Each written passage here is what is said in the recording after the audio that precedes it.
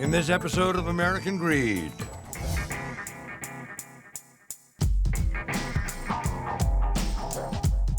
It's March 16, 2012, when best friends Karima Gordon and Angeline Barber set off on a road trip from Atlanta, Georgia. Both are aspiring models with dreams of making it in the hip-hop industry.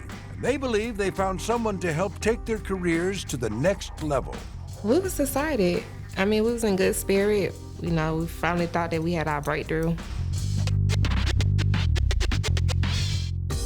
They're headed to Jackson, Mississippi, to meet a woman who's said to be a registered nurse. Her specialty? Illegal silicone injections.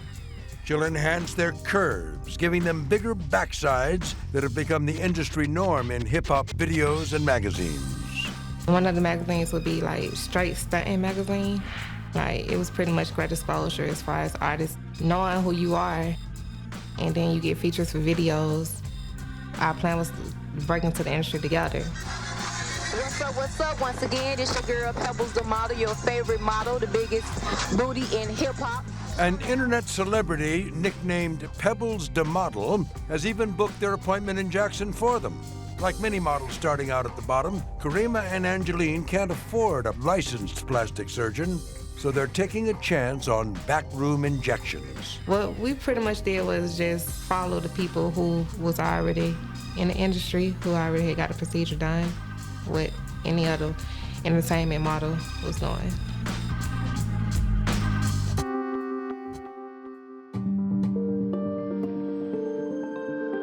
Karima Gordon, at age 37, isn't someone you'd expect to get black market cosmetic work. She's a former beauty queen who grew up on St. Croix in the Virgin Islands and who served in the U.S. Army. She's also a mom who dotes on her 16-year-old son and has a fun-loving spirit that radiates confidence.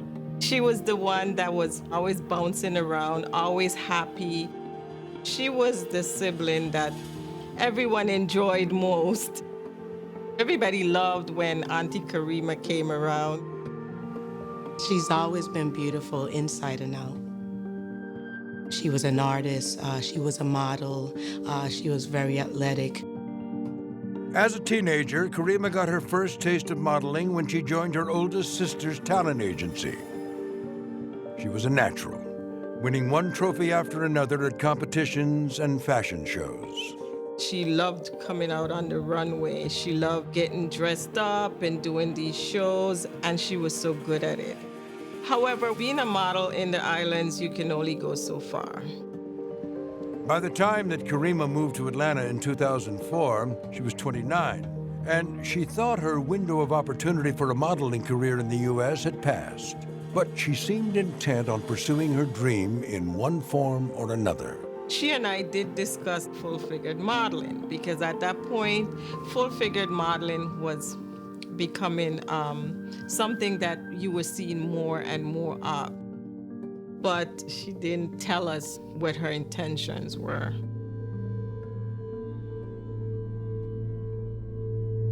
By mid-afternoon, Karima and Angeline arrive in Jackson. They stop to transfer $200 to the go-between that facilitated their appointment, the model known as Pebbles. Pebbles then calls and gives them directions to the house where a so-called Nurse Garner lives. As they pull up, they see a tall, large-framed woman in scrubs standing in the front door. Garner's appearance is imposing. She's a very large person, 6'3", 240 pounds. According to Angeline, a closer look at Garner takes them by surprise. It's evident that Garner was once a man. We wasn't informed. I was thinking that we were meeting just a female. When Nurse Garner invites them in, she's all business and asks for $1,500 apiece in cash to perform the injections. At that point, Angeline gets cold feet. I remember asking Karima, was she sure she wanted to go through with this? Just the whole situation, that it was happening at a house in Jackson, that you had this large, imposing person. I think all of it just made her stop and think that, I don't want to do this. Angeline stays in the front parlor while Karima follows Garner to the back and disappears behind closed doors for the procedure.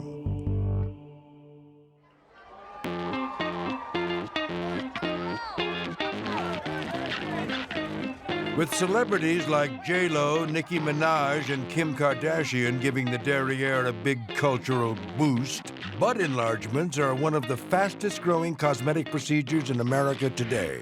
Going under the knife isn't cheap, however, and can cost around $5,000 to $12,000. Many opt for silicone injections instead, at a fraction of the price. But it's a procedure that no licensed physician will provide, and it's caused numerous deaths and disfigurements.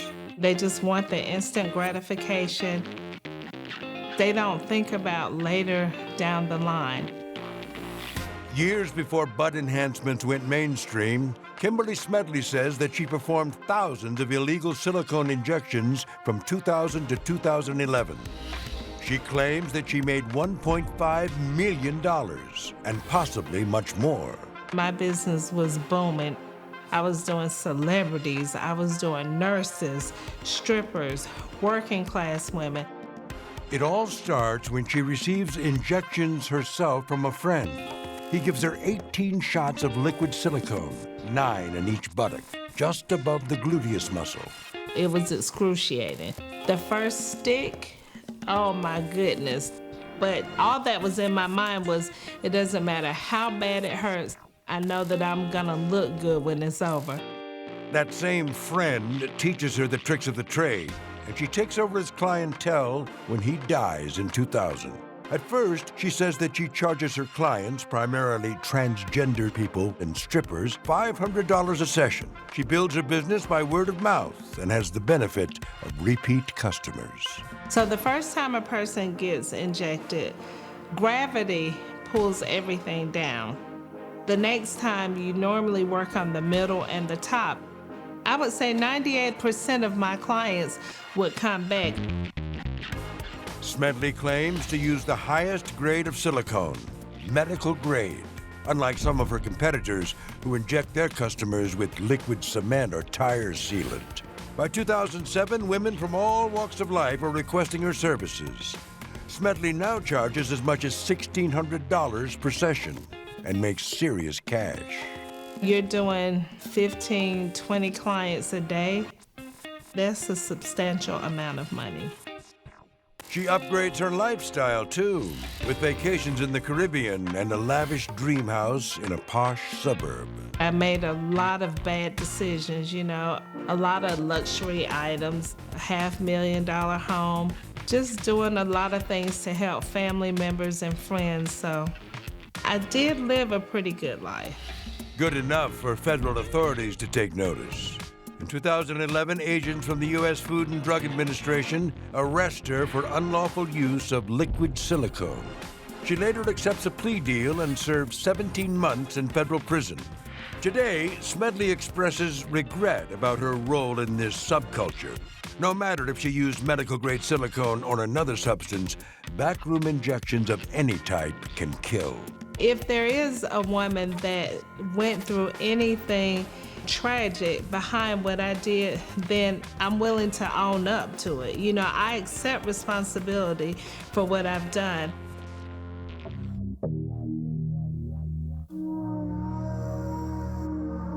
In Jackson, Mississippi, best friends and aspiring models Karima Gordon and Angeline Barber are seeing a black market provider of silicone butt injections.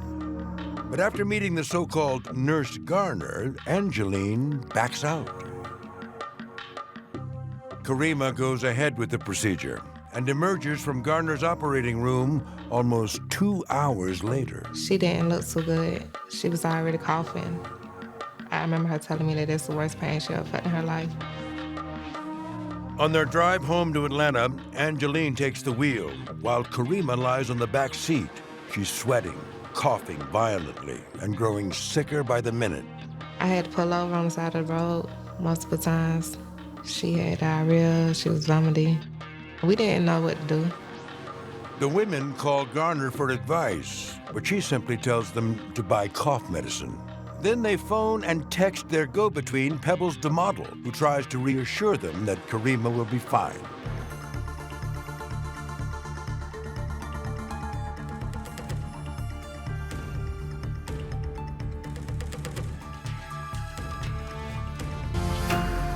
Stacy Keach here, feeling greedy for more videos like this one? Then be sure to like and subscribe right here on CNBC Prime.